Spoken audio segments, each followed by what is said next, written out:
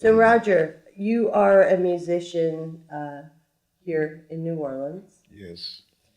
and you were a part of a band that is quite famous around the world, Hmm. Hmm. and that band is The Dirty Dozen Brass Band.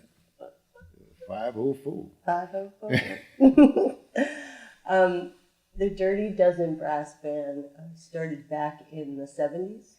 Yeah, around 70. Well, actually, it's got a history before the band. The band was started by a guy by the name of Benny Jones, who also started the Treme Brass Band. Mm-hmm.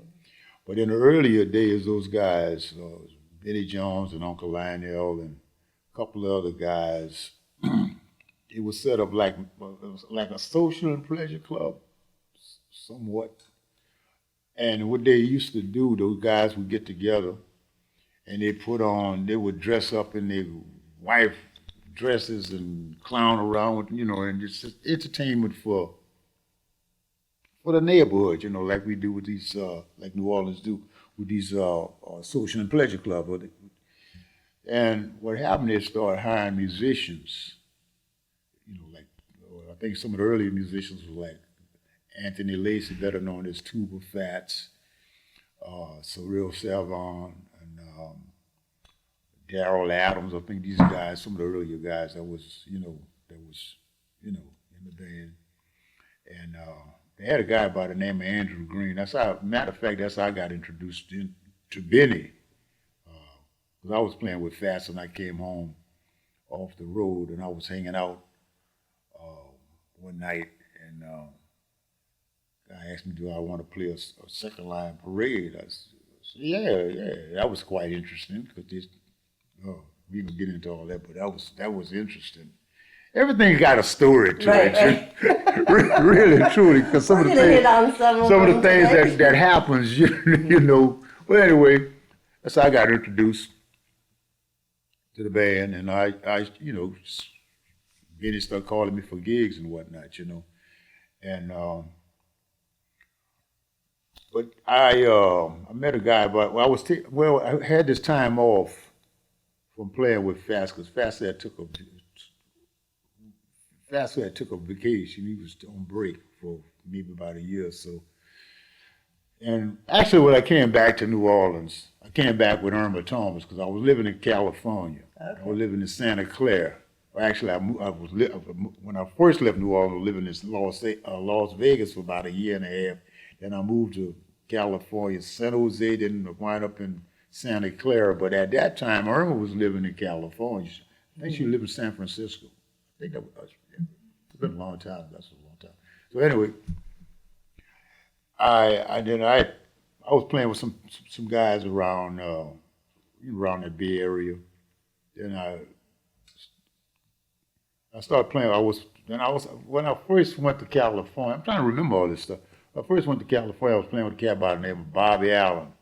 He played a 12-string guitar, bass drum on his right with sock cymbal, harmonica around his neck, and he was a brother of a young lady that I was dating at that time, and we hooked up this little dude.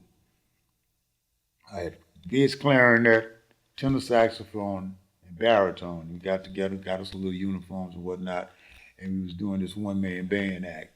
Well, not one-man band act. We was doing this duo, and we was playing like Travelodges and stuff like that. That was quite successful till he got greedy and started saying, he said, well, I think I need to get more money than you because I'm doing this. I said, you wasn't doing that till you met me. As a matter of fact, you didn't even know how to tune your guitar. I had to show you how to tune the 12-string guitar, and I'm not a guitar player. Right. So anyway, make a long story short, I guess he was being sarcastic. He said, well, you probably can do a one-man band act by yourself. I said, I never did that before. I got me a little electric drummer. It was real primitive during that time. Uh-huh. Bought me an amplifier and a wah-wah pedal with some effects on the wah-wah pedal, right? Mm-hmm. So set up in my apartment and shit. And then I had a fake book with all the millions of songs in it. I couldn't run out.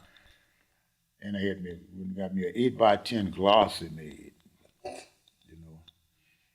I went from different clubs to sell it. So this one club, well, there was a club that somebody said to me, the guy likes saxophone players. I said, oh, I'm going over there. He likes saxophone players. So I go by the club. And he said, what do you do? I said, I create an illusion. I'm looking at him, I said, well, he's interested. What you mean? I said, now, picture this. You're on the beach. It's about, 7 o'clock, and the tide is coming in. You and your lady, y'all sipping, whatever y'all sipping, or whatever y'all doing. And the tide is coming in. Shh. It's so soothing, so relaxing, right? And all of a sudden you hear these bongo drums. Now you got the tide is coming in the drum, and all of a sudden on top of that, you hear this beautiful saxophone music on top of that. Boy, and his eyes start rolling back in his head. I said, I got him. He said, I had these effects on them. With the electric drum, I could set it to do stuff, and then I had, the pedal with that effects on it. So he said, well, how much you charge to do that?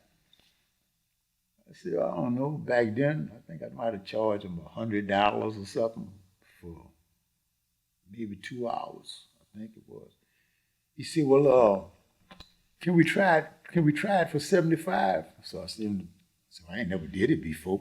I said, yeah, why not? I'm hanging out, I'm just hanging out. At that time, I was just hanging out in California. So, but what was amazing though is I went early that Saturday and set up my little, because I'm working behind like a little bar. Mm-hmm. And they had a big bar like over there. And so I set up everything. So the night of the gig, now I got all these uniforms from Fast Domino, crushed velvet, sport coat, ruffled shirt. I'm clean as a bowl of hell, right? So I parked the car in the alley. I'm walking up to the club, and all of a sudden something hit me. Boom. Man, you talking about you going up in here with a little box and an amplifier and a wow pedal, talking about you going to play some music. You create an illusion. And a jukebox playing everybody on it. Every hit there is on the jukebox, right? And I said, well, I'm talking to myself. I said, well, let's I'm having a conversation with myself. I said, well, I'm going in here anyway. I'm going to make it do what it do. So I go in there, get behind the counter. So they cut the box off. Now it's showtime now. So I start playing, Then start playing some standards, reading some stuff, standards. So a lady come from the bar. She had a whole picture of martini mix. Beautiful lady. She sat down and she looking at me like this. Well, I never had to talk to people before because I'm always on the bandstand. Then another guy, big lumberjack looking dude, he come sit right in front of me, You know anything about Boots Randolph? I said, if you come back next week, I'll play yakety sax for you, because that's what he mentioned, So I'm trying to play and talk. People trying to talk to me while I'm trying to play. So I kind of figured it out, So I done played all these standards and whatnot. So I'm tired of playing this stuff. It's kind of boring, really. So I started playing. So I play baritone saxophone. So I started playing a bass line on the baritone, And then I started playing a melody. I had figured out to play the melody and bits and pieces of a bass line within the melody, right? And then with using the pop and the percussion, that thing that I had developed. So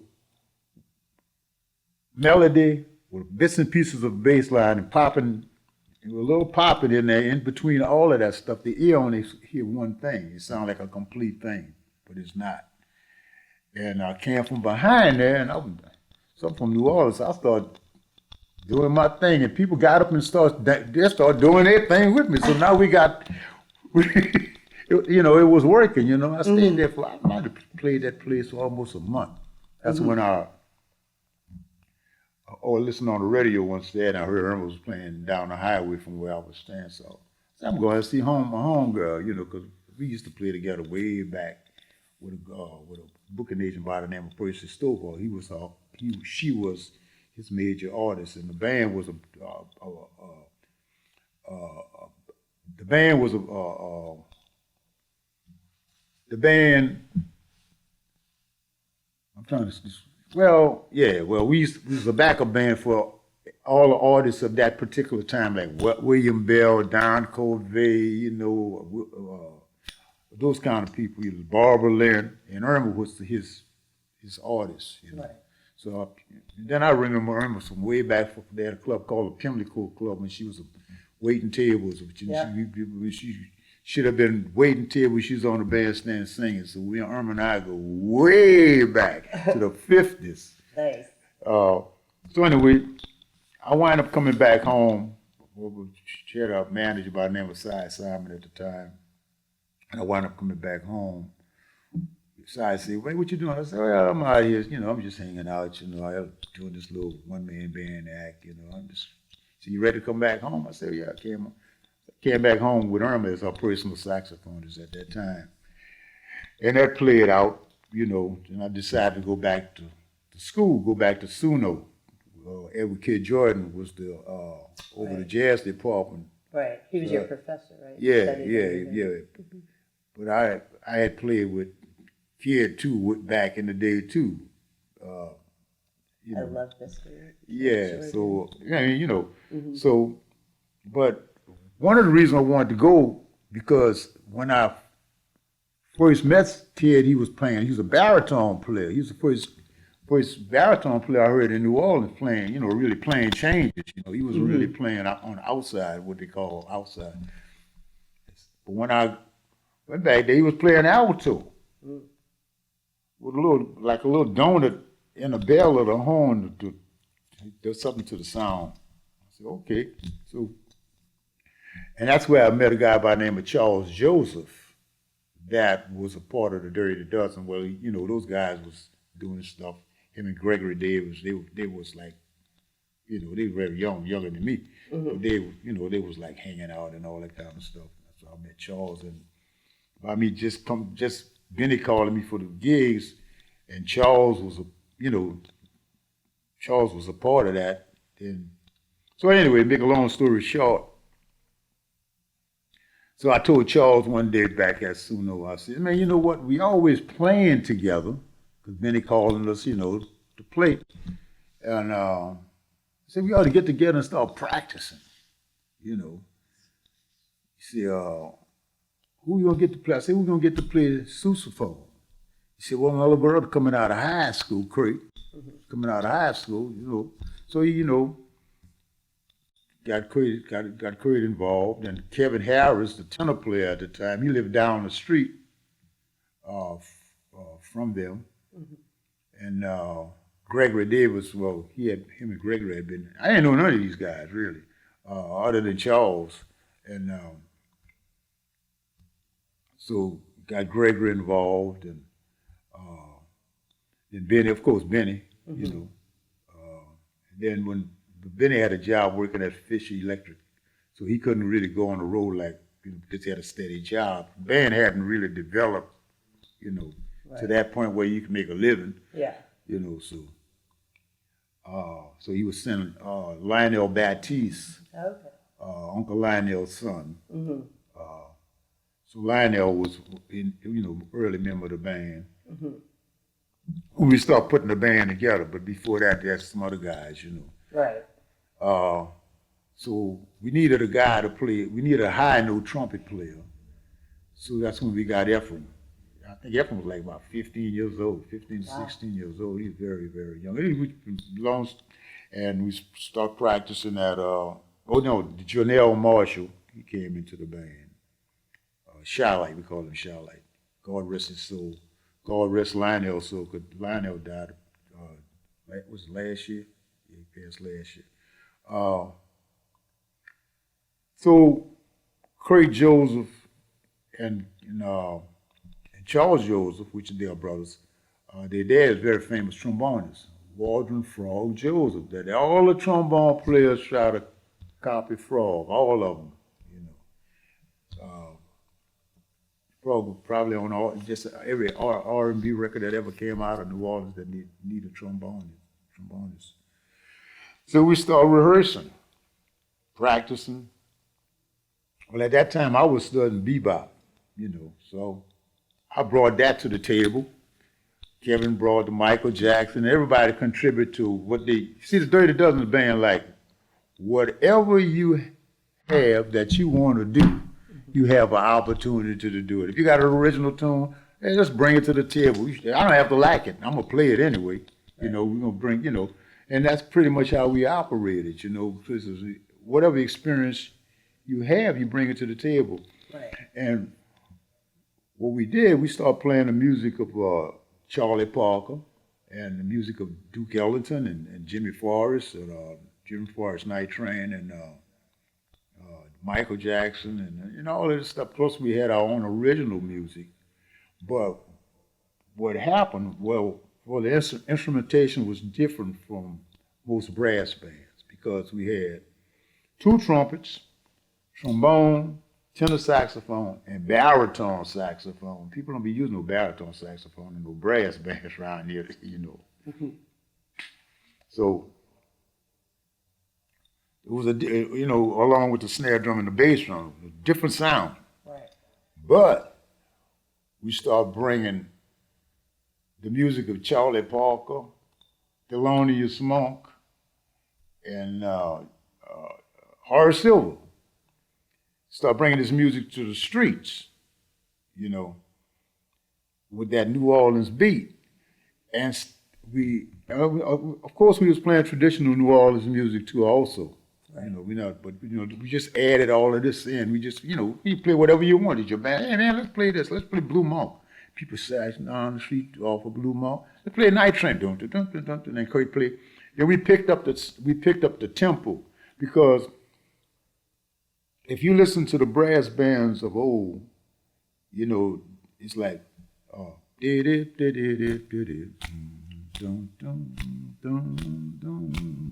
that's a groove. Mm-hmm. Well, we did. So you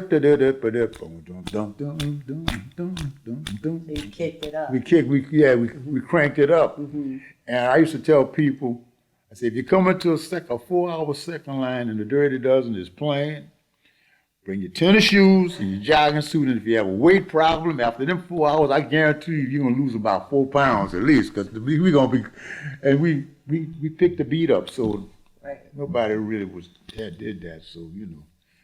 And then the type of music we was playing, all this contemporary avant-garde and all along with the traditional music and whatnot. So people start saying we changed the tradition of New Orleans brass band music. Not trying to do that. Right. That was not a plan to do. That's just something we wanted to. Just the way we felt about the music, you know. Mm-hmm. And it caught on, so it caught the ear of a very famous producer, George Wein, who was responsible for all of these festivals all over the world. Right. You know, George Wein. And he heard us, and he invited us to on Concord labels to do our record, You Can't Feel Me Now. Of course, that wasn't the first time we recorded, because we had our own record label before that. Our record label was the Mad Musicians. Okay. We put out a couple of 45s. But George invited us to introduce us to Concord Records, George Wein's collection. Then had another guy by the name of Charlie Graciano. I think he was a booking agent that booked a lot of major acts back then. And George, we put all the jazz festivals all over the world. Opened up for Miles Davis, and we even did a thing with Howdy Ho Man. What's his name? Cap Calloway. When he was much older then. Mm-hmm. But we got the Nice North Sea Jazz Festival every year, Nice Festival.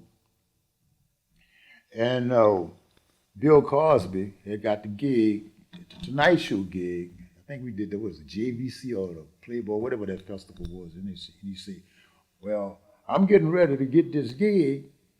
a Tonight Show gig, and as soon as I get them, invite you guys on. You invited us on. So then Johnny Carson came back for a little while. Boom, we did it with him. Then Jay Leno came back. He had Bradford, and then we did it. So we did the Tonight Show 3 times, and then we started doing all them shows like Conan O'Brien, Chip Smiley, all of those different. These things just start spreading like wildfire. Everybody. Then we start recording with everybody, with all these different people, like Widespread Panic, Boozerley, Black Crows, Buckwheat Zydeco. The list go. The Neville Brothers. The list go on and on and on and on. All these different people. Even Dave Matthews. Dave Matthews, David Bowie. Yeah, everybody. Yeah. I mean, you probably got a whole list of Alan people. Tucson. I'm probably can't remember all the people we started recording with. I couldn't list them all. There Yeah, so well, many. like Kurt said, yeah, man, everybody wanted a little piece of the dozen because it was new, it was a fresher sound, it was a new sound, and the energy was like. I remember we played somewhere in Germany, and what's that drummer name? Famous drummer. I'm 83 years old, so you bear with me because I can't okay. think all of these. I can't think of this guy. Well, anyway, we did 4 encores. Wow. People would not let us stop. Wow. 4 encores. Buddy Rich, that's okay. what's his name. Yeah, Buddy Rich was, and we did a gig. We did in Asia. We did a gig, some gigs over there. We started off in New Guinea, Papua New Guinea. We went from New Guinea to Jakarta, Taipei, Singapore, the Philippines, Japan, all those countries. So one of the countries, I don't know if it was Jakarta or Singapore, it was one of them. And the lady came up to us, she said, look, these people are very, very sophisticated here. So that if they don't react with what you might be accustomed to, that don't mean they don't like, they're not enjoying your music. It's just that they're very conservative. It's just set. Played the first number, that second number, I see little feet moving, little feet patting. See by that third number, shit. The little stage, I never seen them people like. I said, yeah, well, it's that the soul of the music, that New Orleans music, get inside of you and bring things out of you. Things that you always wanted to do, but you was holding back, but you got a chance to release. Right. And so y'all, that's how it was. I mean, and it really and truly is still like that. We don't do. Back then, we was doing like maybe 200 and some odd gigs a year for about 10, 15 years or so, maybe that. We don't go out as much. We don't work that much. Right. So it gives you an opportunity to do other things. The last record we had was in 2012, so we're working on some new material right now. Oh, fun. Yeah, we never had. That's exciting. Yeah, so people waiting for it to come out, but it's taking a little. I don't know why this particular band. See, we changed personnel over the years. Right. Like in this band, we have Chavari Hubbard. I think he's like 29 years old. He's a saxophone player. Because Kevin Harris, he can't perform anymore because he's on a dialysis machine. We have, on trombone, we have Stephen Walker, one of the best trombone players New Orleans ever produced, young guy. He's probably in his 40s maybe. And the drummer, Julian Addison, he's young too. And we have a Japanese guitar player, Taki Samara. I can never pronounce that man's name, it's a shame. So the only original members of the band is Curry Joseph, Gregory Davis, and myself. Right. Everybody else is transplants. I hate to say it like that, but that's what it is. When we started out everybody in the band was from New Orleans. Right. And there's a difference, when you play with New Orleans musicians and you play with other musicians that's not from New Orleans, there is a difference in the groove because you can take a bunch of musicians from New Orleans. They have never played together, but they're from here. Right. And they play together like they've been playing together all their life because it's something they know the language, they know the field, you know. Mhm. A lot of musicians come to New Orleans, they can get the notes, but they have a problem getting that rhythm, that beat, you know. Mhm. That's the thing, you know. Because I listen to a lot of uh, musicians that have made CDs and playing New Orleans music. Sound good, Right. but something missing. So, yeah, and you can hear That it. little magic. It's the beat. Yeah. Because you know New Orleans was famous for not only New Orleans was famous for drummers here. Like you Mhm. take people like John Boudreaux, uh, Walter Lasty, Shannon Powell, Herlin Riley. You know these was the younger guys, and Earl Palmer, Charles Otis, a guy by the name of Sticks. I don't know his real name. And Smokey Johnson, David Lee. David Lee played with Dizzy Gillespie. Mhm. Uh, Ernie Ellick, you know, Leroy Bro. I mean, the list go on and on. Right. This city was famous for drummers. Matter of fact, I think so. I heard when they was putting that Motown thing together, they sent for Smokey Johnson to come up there, and they told Smokey just put him in the room and told him to start playing beats. It took two drummers to play what he was playing. So I heard. I mean, you know, that's I'm sure. So would you, when you were first coming up before you started playing, what sparked inside of you to say, I want to be a musician? well. I didn't have nothing to do with that. No. It was my mother. Mm. See, Smart my lady. mother's church going lady. Mhm. She wanted me to play piano. So, excuse me.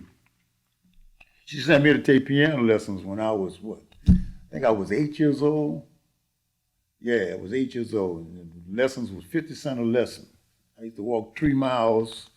So, yeah, I used to walk from 7 in Chapel Tours all the way up to Denille and Louisiana Avenue, Oh yeah. you know.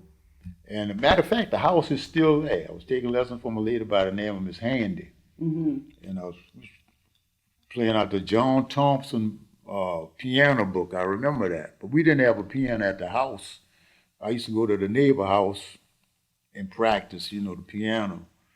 Uh, but I had a cousin played the saxophone. His name was Alvin Bailey, and he played with Roy Goodrock and Roy Brown. Roy Brown was the man. And he played alto, and I used to look at the alto under the bed. And, you know, now you got me thinking about all this stuff, you know, because I remember when I was a child, I used to make little saxophones out of newspaper. I used to get newspaper and fold them into a comb and shape into a saxophone. I'd be in the backyard going do do do do do do do. You know, matter of fact, that was before piano. Now that I think about, well, yeah, that was before piano. Yeah, because I didn't start dealing with the piano until we moved from the Garden District to the Irish Channel. Yeah, so I was raised on camp between Pleasant and Harmony. I got Pleasant on one side, and I got Harmony on the next. Nice. So, and the dividing line between the Garden District and the Irish Channel is Magazine Street. Mm-hmm. Yeah, you know, so we moved over there. We moved on 7 and Chapel Toulouse, and that's when I started dealing with the piano. And then I didn't keep that up because my daddy bought me a saxophone. I got a saxophone when I was 10 years old, and I started taking these private lessons from this classical saxophone player at Grunwald's for Music, which is on Broad Street. You know, we had all these music stores back then, like Grunwald's, Campo's, Worldlines. Were they teaching music in school also? Huh? Were they teaching music in Well, back school then also? they had bands in all the high schools and junior high schools in New Orleans. You know, that's what kept World Lines alive because they had all these bands and whatnot. You know, and when I went to junior high school, I got in a band because I could read music from dealing with the piano. You know, then when I got my saxophone, before I even started taking saxophone lessons, it came with instructions or where, you know, and I figured it out. I learned the fingering by myself. Yeah, I knew the fingering. So when I went to teacher, I already knew the fingering of the horn. I knew where everything was, and he just, started teaching me how to read and, stuff like that. He didn't teach me no theory though. Theory came way later as a matter of fact, I didn't even really get theory in junior high school because they were mostly teaching you to read so you can be in a marching band, and it was mostly reading, that kind of theory. And I chord changes and what scales go with this and that, and so that came later. Actually, I learned most of that stuff just playing out in the clubs because at 11, 12 years old, I was playing in ballrooms around the city. On the sax. Yeah, on the saxophone, playing these little bands. We don't made up little bands, just going in there. I'll tell you a funny story. I was playing with a guy by the name of Frederick Kemp, actually one of my mentor, and we was playing at a club called Mary's Taverns on Magazine Street. The building is still there. So back then, they used to put sawdust on the floor. We got away from the dirty dozen. We're going. That's all right. We're going to come back. We're going to come back. Yeah, you got me thinking about all this stuff. Absolutely. We got to figure out where it all started. So they used to put sawdust on the floor so when people danced, they could slide, And then back then, we used to entertain folks. We kids, get on the ball, walk the ball, kick the drinks over, buy some drinks, run out the front door, come in the back door, slide across the floor. Dude, couldn't play too much, just making, entertainment, people throwing money and whatnot. So I just, my little partner, Freddie Kemp, he was like about 4 feet tall, about 4 feet. But I didn't know he was an acrobat. So I don't walk the floor, slide across the floor, walk the bar and all this stuff. Did my thing. And he looking at me like this. Think you did something, no? Watch this. And he's playing the saxophone, and all of a sudden he did. Bam! I said, I didn't see what I said. Yeah, you seen it. He did a backwards flip while playing the alto. I said, well, do it again. He did it again, and people start gathering around and start throwing money, and putting money. So after the gig, we went on LaSalle Street, right down the street from the Dewdrop. They had a little sweet shop down there. We got in the corner and we counting up the little money, Came to about $47 a piece and some change. So I go home. Mama said, boy, where you get all that kind of money? Because back then, people was making $47 a week. Right. You know what I'm saying? And if you was making $100 a week back in the 50s, late 50s, or even, you was making a lot of money because school teachers wasn't making that much. Mm-hmm. So, then I realized, that you could really make some money. Because once my daddy bought me a saxophone, he had to buy me clothes or none of that. I started buying my own clothes. We had tailor shops up and down. But people would tailor make clothes back in the 50s and the 60s. We had all these tailor shops, National, Harry Hyman, and all these different places where you could buy clothes, buy tailor-made clothes to fit. The only time we wore jeans or anything was like Mardi Gras. Right. But people used to dress. You be sharp. You going to school. You're going to be clean as a board of health. You got your Stacey Adams on. They spit shine. Don't step on nobody's shoe. That's going to start a fight. Well, you can't step on sneakers now. Yeah, well, I'm just saying, that's that generation. Yeah. That's how it was, Right. People used to dress up. And if you had a suit, you didn't have a lid on your head with a hat, you didn't have, that's your crown. Right. You wasn't fully dressed. You got a suit on, you don't have no hat. Come on, man. You ain't, you're missing a part. Right. Because I mean, even if you look at pictures back in the 20s, Yeah. everybody wore hats. Oh, yeah. You was complete, you know. So anyway, Mm-hmm. but fast forwarding back to the Dirty Dozen. So, well, like I said, we started rehearsing by Charles and Kurt's their house, and that's how the band started taking on shape. And after we met with George, we started bringing us on putting us on all these concerts all over the world, man. The older jazz musicians, they loved the band, like Dizzy Gillespie, because Dizzy's playing on one of our CDs, Voodoo. Mm-hmm. He loved the band. Horace Silver was at one of the concerts, and like on Feet Can't Fail Me Now, that's the music of Charlie Parker, and then on the very end of Feet Can't Fail Me Now is the music of Horace Silver. The tune is called Tippin', but it's not played the way he played it. You know,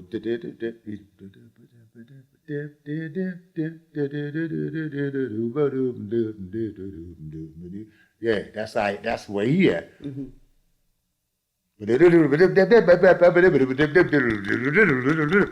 I played, I was practicing it, I was really shading, 10, 15 hours a day. So I was playing it, and I put it on the back of Feet. He happened to be there, and he heard it. He said, "Man, I like what y'all did with Tippin', you know."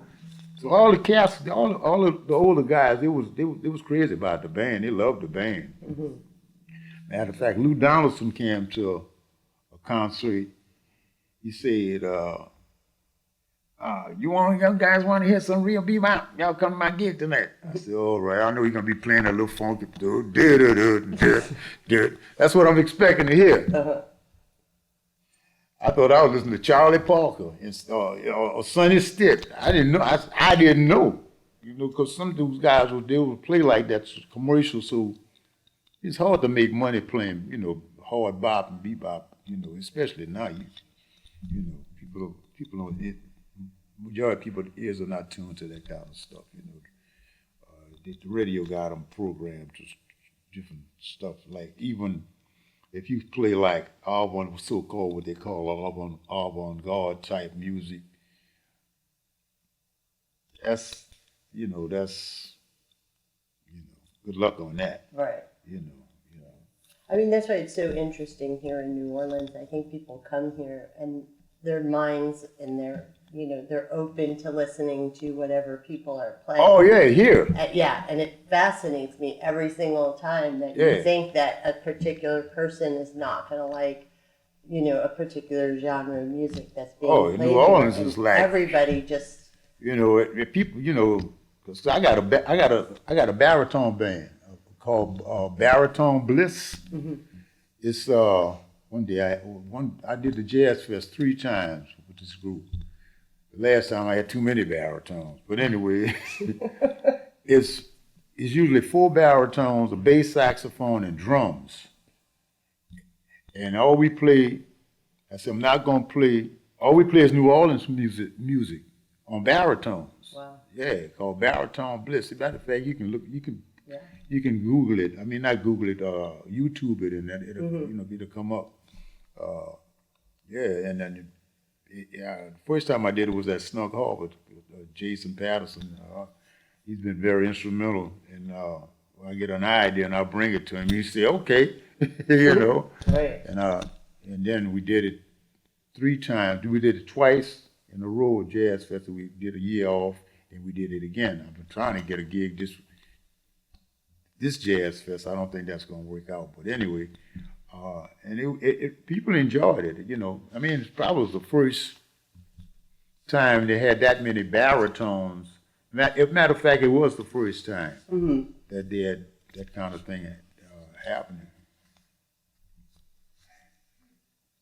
And you started with the baritone sax? No, I started with a tenor. I was a tenor player, and I started playing tenor, and my parents moved down to the lower Ninth Ward. We moved on Delaware Street, which is not really the last street in the city. There's another little street that runs 2 blocks, which is the last street. But that street is right by Jackson Barracks, right before you get into St. Bernard Parish. Well, anyway, when I moved down there, I was playing tenor, and then we got together a little band. We put together, you know, some guys. We called our little band the Whalers. And we was playing talent shows down there at the Caffeine Theater. We was winning too, but we ain't had no coach, so we had to carry all the stuff. We had to carry the drums. Everybody had a drum. You know, we had to carry the drum. Nobody had no coat, so we would carry the drums to the gig down in the night ward, Right. you know.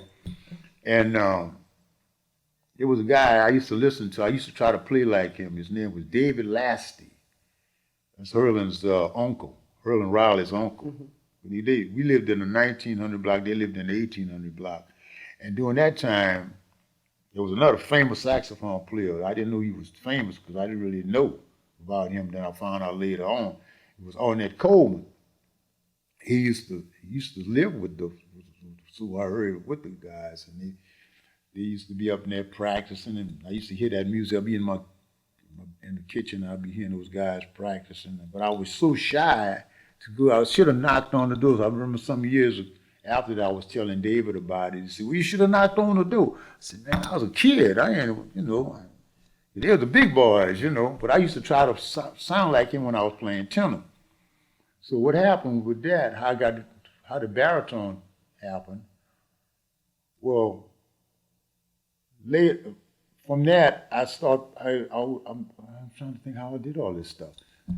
So I started playing with some guys in the Sixth Ward, and one of the guys had a band. His name was Alvin Watts. He had a band called the Ivories. So I was a member of his band. Then I met John Moore, which is Deacon John Moore, right? Mm-hmm. And he was a part of that band. So we decided when Watts pulled away from the band, I think Watts moved and went up to California or something. We formed the band. Deke formed the band with a guy by the name Ori Durbany, Lionel Vincent, Alvin, Henry Joseph, Al Miller. You know. Anyway, we formed this band, but we was a cover band. We ain't never played nothing original, but we was the best cover band in New Orleans, and we clean as a bowl of help. And we used to take people gigs. The people got to the point where I remember we was out of town and we went to this club to go set in.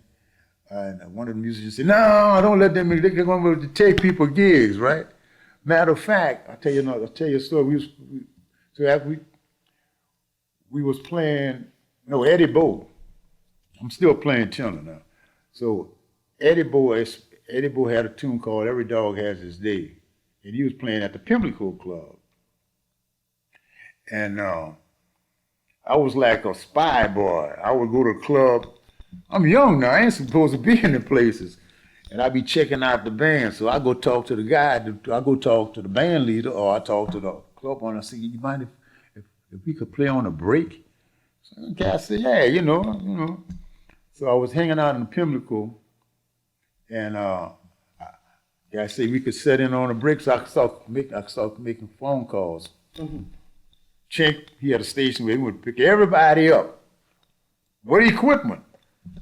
Came set in on a break, and James Brown had a song out called "Think."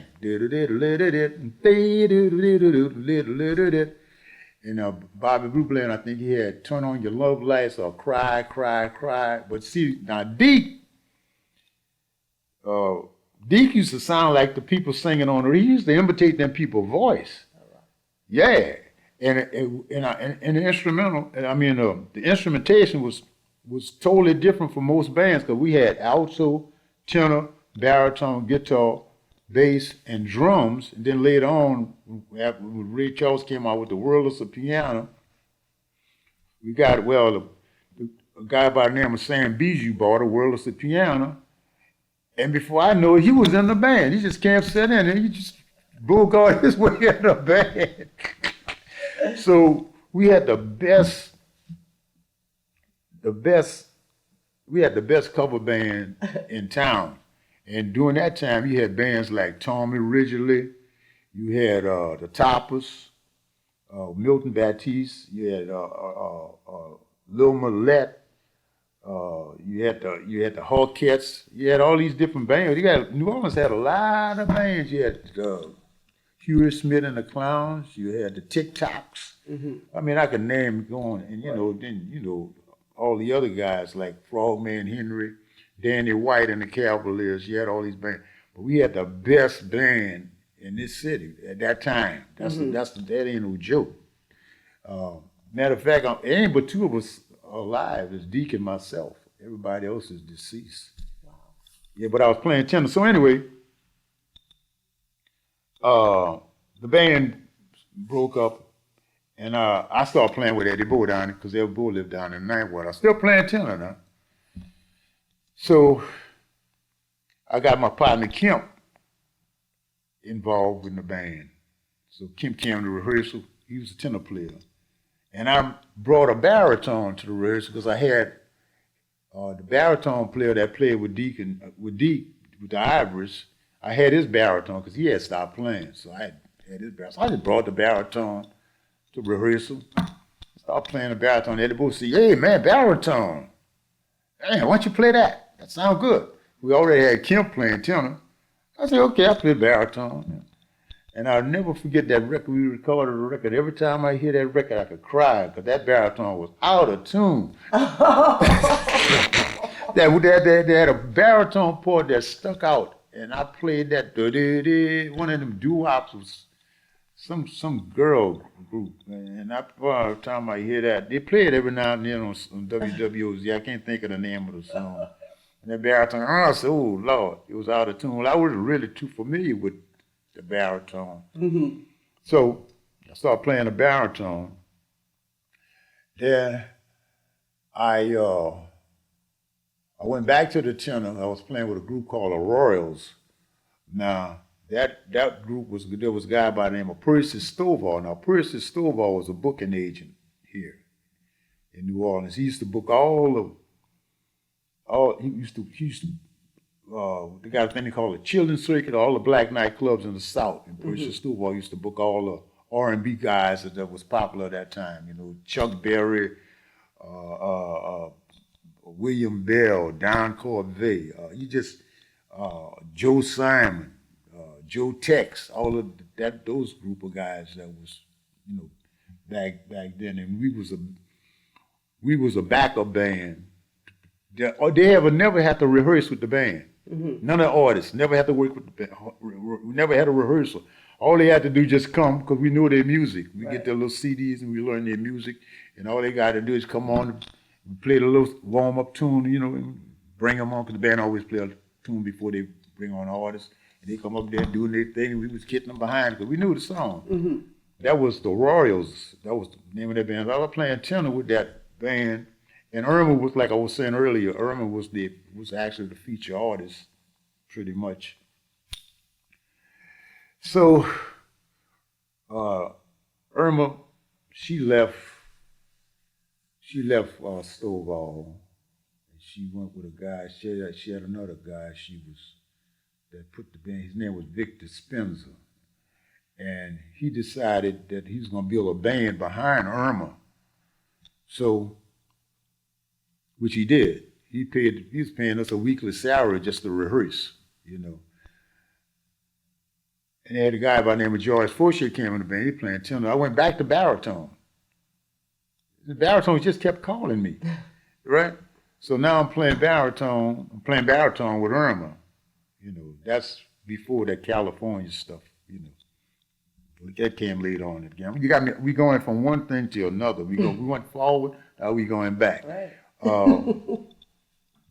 So I'm playing baritone. So boom, boom, boom, boom. Okay, when I joined Fats Domino Band. So how did you get hooked up with Fats? Well, I'm getting ready to tell you. Okay. Because every time, like Frederick Kemp, the guy who I introduced to Eddie Bo at the time, we was best friends. Matter of fact, I was with him when he took his last breath.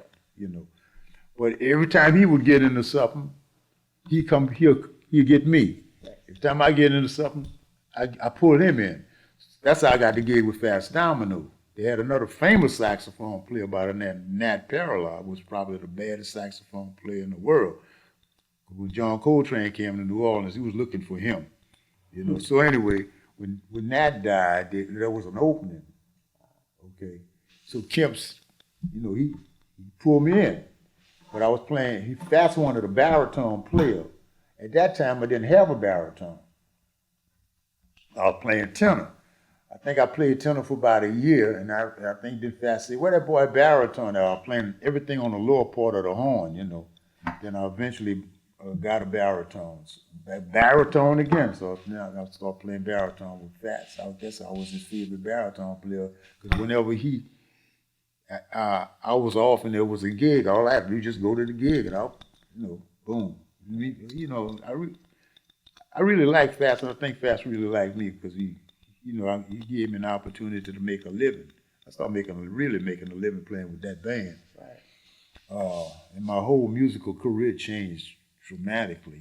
So the baritone, back on the baritone. Now, when the Dirty Dozen formed, I was playing tenor. Okay. I played. So when we got Kevin Harris involved with the band, I said, "Don't need no two tenor players." I went back to playing baritone. Meant to be. Yeah, even with the Tremere Brass Band, because I played Tremere Brass Band too. Mm-hmm. I switch up with alto and depending on but I'm back on baritone, so I'm a baritone player. I'm a tenor player playing a baritone. To me, a baritone is a big fat tenor.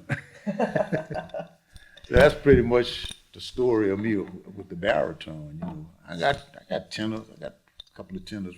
Matter of fact, I got a gig coming up. Guy want me to play the tenor. I really don't want to play it, but I'll play it. Because I've been playing the baritone so long. Right. So I'm a baritone player. So, listening to your stories and how everything came together and you rose through the musician here in New Orleans and how it seemed like everybody was connected in some way. Everybody had each other's backs. Everybody played together. There was music everywhere. You said there was music stores everywhere. A lot of that is gone away now. Yeah, and yeah. And one of the things that that people are trying to do is keep that history alive and know how it all came and how these musicians learned and passed it on from generation to generation. Sitting here talking to you, it's so amazing to me. There's been so many generations that you've played with and experienced, and the differences from the 50s to now. Yeah. What is your perception on the Louisiana music culture now, and do you see it continuing? Do you see the musicians taking what you guys did and passing it on and so forth, and do you have hope that it will continue?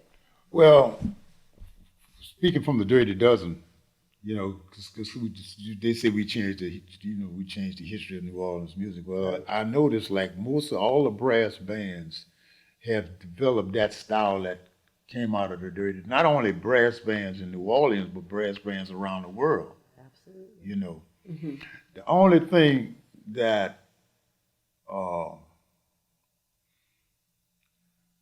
like a lot of these young brass bands don't really play traditional music like we were playing it. The South Rampart Street parades and all that march music and Denny Ramble and some of the what they call tread music now. A lot of these young brass bands don't play that, and I think that's might be in I don't know how to say this. I don't know if they're gonna keep that good, that culture particular thing going because they mostly playing radio music. Not saying nothing wrong with radio music, because Right. we played radio music too. I mean, but we also was true to the tradition of the hymns, the spiritual part of this music. You know, a lot of them just playing things in one mode, one change. It's not really, I think, not really progressive. You know, because I say taking the easy way out. I mean, I don't know if I should say stuff like that, but like a lot of people come here to learn New Orleans music, you know.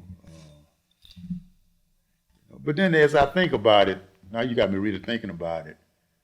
I might want to rephrase that. Yeah, let me rephrase that. That's not a true statement because I'm really thinking about. I was thinking about something when I was thinking about what I said. You take like the Hot Eight, people like the Hot Eight. You know, they're true to the tradition of the music. Or even the Rebirth, they're true to the tradition of music. And what's this other band? Kinfolk Brass Band. You know, I think they carry on the tradition yeah. And then you got who else you got? Well, you got Preservation Hall. It's really preserving the music of New Orleans, keeping the tradition alive. Right. You know. But with so many music programs that are not in our elementary schools anymore, where there was so many when you all were coming up, do you think that's a detriment? Yeah, well, you know, when I was coming up, you had bands and all the schools had bands. You know, junior high, even in elementary school, they was teaching us. We had the little wooden blocks, and we had, you know, we were teaching us how to sing and rhythms and stuff like that. Even in my generation in elementary school, you know, and in high school you had what they call competition, band competitions. You know, the bands would compete. Right. Then you would have what they call this, where it was like a classical kind of thing. Like you could come, you know, I can't think what you call it though. Where you be judged on your musicianship. Yeah. You know, you would have to perform, you know, like on the saxophone, you know, maybe perform some classical piece or something. You'd be superior, or, you know, that kind of thing. I don't know if that even exists anymore. You know, it's different. Yeah. You know, it's really different now. You know, it's just a different. You know, it's just like when I was in school. Not only music. You had all these other programs in the school system. You had, in the junior high school, you had woodworking, you had carpentry, you had auto mechanics and all of this different stuff, and roofing, plumbing, everything. You had everything in junior high school and in high school. So everybody ain't going to college. Right. So you could leave out of junior high school and go into business for yourself because they was teaching you all these trades. Trades in the school system. So, you know, it's like I say, my generation is different from this generation. This generation here, people don't even want to kids don't want to talk to you on the phone. They could text me. Yeah. I text you. I don't want to hear it. I want, you know, I want to, like my daughter, I got to text her. Oh. Text me, Daddy.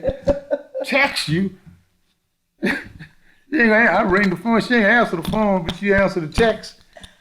People don't want to talk to each other no more. I mean, you know, it's a different generation, and a generation coming to what's after a while. I was sitting in a restaurant, and a machine came up, and I took my order. Oh wow! What would you like to have? Took the order, went back, gave it to him, came back and brought it. It was a robot. Which is interesting when you say that because you don't think about it, but music, sound, talking, you know, all of that auditory. Yeah. Well, now that you say, like, nobody's talking on the phone anymore, they're texting. It's taking away from that. Well, and not only that, when I came up, they had live bands like in New Orleans. You could not go nowhere in this city where they didn't have a live band playing in somebody's ballroom. Mm-hmm. I mean, like all uptown, you had. Oh, let's take uptown. You had the Dewdrop, you had Foster's, you had with a Purple Circle. That was. I think that was in the Sixth Ward. You had the Big Hat, the High Hat. You had all these. You had all these clubs and people was giving these balls at the ILA Auditorium and the Jean Jamy Hall and all these different halls, and people used to come out with their tuxedos on and and the latest wear their furs and everything was and people were playing waltz music because in the school system they used to teach you how to waltz, how to two-step, Right. and all that other stuff. That's something else, But I mean, all of these things that was happening, and on a regular. That don't exist no more. Yeah. Matter of fact, there's only a few clubs that has bands in the city. I mean, I'm talking in the neighborhoods. Right. Like, you got the Candlelight. They have bands every now and then. You got Sears. Sears. That's they don't have bands there. They used to have bands there, but when I was coming out, like in the lower Ninth Ward, you had clubs down there. Out in Kenner, you had the Hutchinson Inn and Bell's, these little clubs. You had the Hutchinson Inn was a nightclub. Then right down the road, because Kenner was like a little country town. Then you'd have these little ballrooms, with bands and everything. I mean, everywhere. Right. You go down in Violet, you had bands down there. You go to Buris, you had bands down there. Bands was everywhere. Right. That don't exist no more. You got people spinning records now. So you had just mentioned Danny Barker, which I work with Detroit Brooks now. He does the Danny Barker Festival. Right. Pretty tribute to the great Danny Barker. Danny Barker played with everybody. He played with Charlie Parker. All those guys, Ben Webster, he played with all those guys. And he came back to New Orleans and he organized the Fairview Jazz Band. And what he did, he introduced those guys to traditional New Orleans music. I wasn't a part of that. People like Leroy Jones and Lucien Barberin and Shannon Powell, those guys, Earl and Riley. I think even Wynton Marcellus. I think he was in that part of that kind of thing. Young guys learning how to play traditional New Orleans music. He kept that alive, so he's responsible for big influence of keeping the tradition alive. As I think about that, and I'm also thinking about the other brass bands before Dirty Dozen, like the Great Olympia, Harold Dejon, Great Olympia Brass Band, which was there was a funk band I heard, really, now that I think about it. He used to play I Got a Woman, he used to play that thing. And he had a great drummer that played in that band, a guy by the name of Leroy Bro, called him Boogie. Great drummer, and Papa on the bass, and then Milton Baptiste on the trumpet. Darrell Adams, I think Darrell Adams was a part of that band, and Doc Watson, Ernest Watson on tenor. And even Charles Joseph's brother was a part of that band. I can't think of his name. Oh my God, he can kill me if you hear this. But that was a great band. Great Olympia. Then you had the Eureka Brass Band. You had the Young Tuxedos. All of these different brands. You had the Algiers Brass Band. They came later on. Then the Pinstripes. They came later on. So you had a lot of Was the Dirty Dozen the first one that you think broke out worldwide and got that music? Well, probably the Olympia Brass Band before us, because they was traveling all over the world. Now the Tuxedo Brass Band, I don't know too much about that. Mhm. But the Dirty Dozen, when we really start traveling back around the 80s, around 83, traveling. Because our thing was different from, totally different from, even when we played traditional music, it was totally different. It was a different sound, it was a different feel, it was a whole different approach. Right. And it was fresh, Mhm. And people just loved it. They wanted a piece, they wanted to, like Craig always said, everybody wanted a little piece of the dozen. And hey, now bear in mind, when we first started playing, we got a lot of static. We got a lot of heat from some of the older musicians. This, y'all ain't playing with tradition, y'all ain't doing this, y'all. But guess what? We was working, Right. and everyone working. So, you see, the name, really and truly, it's the people that you play for Right. that dictates what it's gonna be. Mhm. When I play music, I'm not playing for another musician because we criticize each other. I ain't got time for that. I'm playing for you. Right. When I cut that bandstand, I got one thing to say: how can I make this person react to what I'm playing on this instrument? And because people are like this,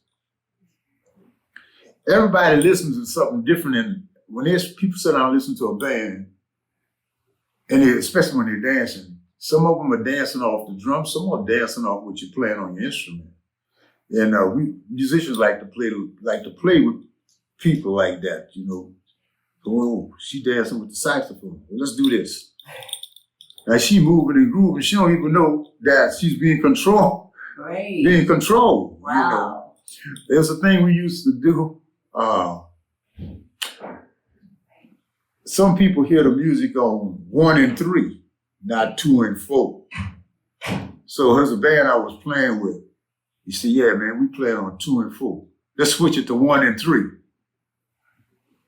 Then we put it on 1 and 3, and it's different. Yeah. It's almost like right. Yeah, I mean, the way you manipulate, like 6/8, and all of those, people dance off different things. So people listening to the music. So in order for you to dance, I gotta dance first. In order for you to feel emotional, a certain kind of emotion, I have to feel that first in order to project that in the music. Before you cry, I'm crying before you cry. See, that's what it is. Music is something, I'll tell you can't see it, you can't eat it. All it is a feeling, and how you make people feel. So people determine what it's gonna be. Mm-hmm. Now, musicians sit around and analyze, so they come to your gig. Yeah, man, he's playing that sharp, that raised 9, bro. Did you hear that? And like, you had that Dorian mode and that other shit. Yeah. Oh, yeah, lithium. Oh, you got a lithium chromatic concept. All this technical stuff, Right. they dissect everything that you play. Because that's what they do. We come there, yeah, man, okay. Yeah, all right, okay. I hear that. Yeah, okay. Take them going on shit on that. People come out to have a good time. They don't know nothing about that. Matter of fact, sometimes they don't even know if you're playing the right note or wrong note. Exactly. Tension, Mm-hmm. and release. Right. You can build the tension up.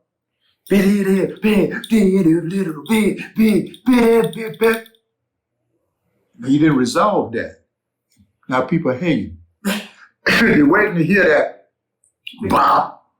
You may not get that. See, we used to do it like, when I was coming up, we used to call it getting a house, how to get a response from the audience. What, certain things that you can do to get a response from the audience. I do a thing on my baritone. I call it. I named the Dirty Old Man. That's a whole nother story. But it's a certain thing that I play on a baritone, a certain rhythm, and I tell you, every time that it works, people feel that. Is that they feel that energy. I mean, like all music got its own thing. Like if you hear the blues, you hear B.B. King playing the blues, or Chuck Berry, or all this music, Zydeco, everything got its own thing. So we as musicians, we don't really know what's going. If I knew what's going to sell 1 million copies, I would be making. You know what I'm saying? Right. And then the music is controlled too by power move great, by the industry, But I mean, back in the day, when we was recording all of this music, all these albums and whatnot, we started out with Concord, then we went to Rounder, then we went to Mammoth, then we went to Sony. Sony didn't really do nothing for the band because for us having the product out there, I had more product to sell than them. I probably sold more product than them, So, then they didn't have the categories that they have now because we just got a Grammy, stunted with Aaron Ellis, Stomping Ground. That's our first Grammy that we got, last year before last? 22? 22, huh? Was it 22? Yeah. Yeah. 23. Sorry. 23. Yeah. Yes. Now they didn't even have that category. Right. They call that root music. Mm-hmm. But now, we've been playing root music from the beginning, since the beginning. Now you don't have, Right. If they had that, we probably had about 6 or 7 Grammys. Oh. Now we got that Grammy with Aaron, homeboy. Love that brother. We come up together playing music, but we the same age. Well, he just made his 84. Right. I made mine in October 5th. God's. Yeah. How you know it? Because that's my mom's birthday. Oh, so congratulations. She a Libra. Good people born Oh, yeah. You got that skill thing happening. Yeah. So, that particular Grammy don't really showcase what the band can really do. I'll be honest with you. It's a good CD. Mm-hmm. But if you go back and listen to all this music we don't play it over the years, my God, they did have had that category. Yeah. But they don't. Sometimes people who's in power really don't really know what's happening. It's like, I'll give for an example. At the Mint, they got people on the wall in the Mint. They ain't even from New Orleans. How they get on the wall? It ain't got nothing to do with New Orleans traditional music. All this music, all this stuff the Dirty Dozen have done over all these years. I don't even believe they have a picture of the whole band on exhibit in the Mint. And this band changed the whole history of New Orleans music. Right. Yeah, I think they had one picture of Gregory with the toilet plunger with his finger stuck in the little hole of the trumpet, because how you got to hold the thing, Mm-hmm. That's it. Then you have a picture of the band, the whole band, and even the very first band that really put the band on the map, that went worldwide. That they had bands. I'm listening to a band in Germany. No, I'm listening to some. I say, oh man, yeah, bro, we kicking it live. Yeah, they playing some Dirty Dozen. I said, wait a minute, that ain't me. I said, Kevin, that ain't you. When it came to the solos, and even the feel was different. But it had me fooled that for a minute. So what I'm saying is, people come from all over the world to learn this music. Even my wife, she's a pianist, but she used to play with tuba fats out in the square. She used to push a piano out there every day back 30 some odd years ago. Wow. She came from Tokyo, Japan, to learn traditional New Orleans music. She played at Preservation Hall. Her name is Marie Watanabe. She probably knew more about the history of New Orleans music than most people that's born and raised here. Because she came here to study New Orleans traditional jazz, period, and plays it. She could sound like Jan Book if she wanted. Wow. A very, very, very talented woman. Not saying that because she's my wife, but it's the truth.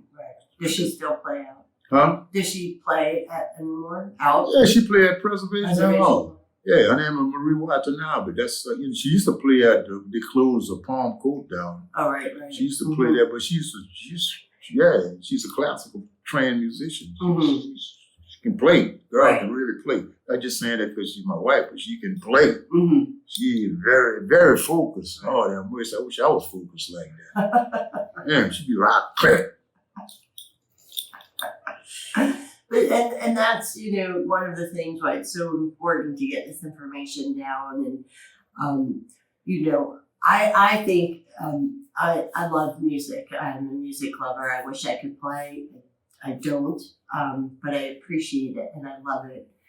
And every day I learn something new about the music and the musicians and who, started and where they came from.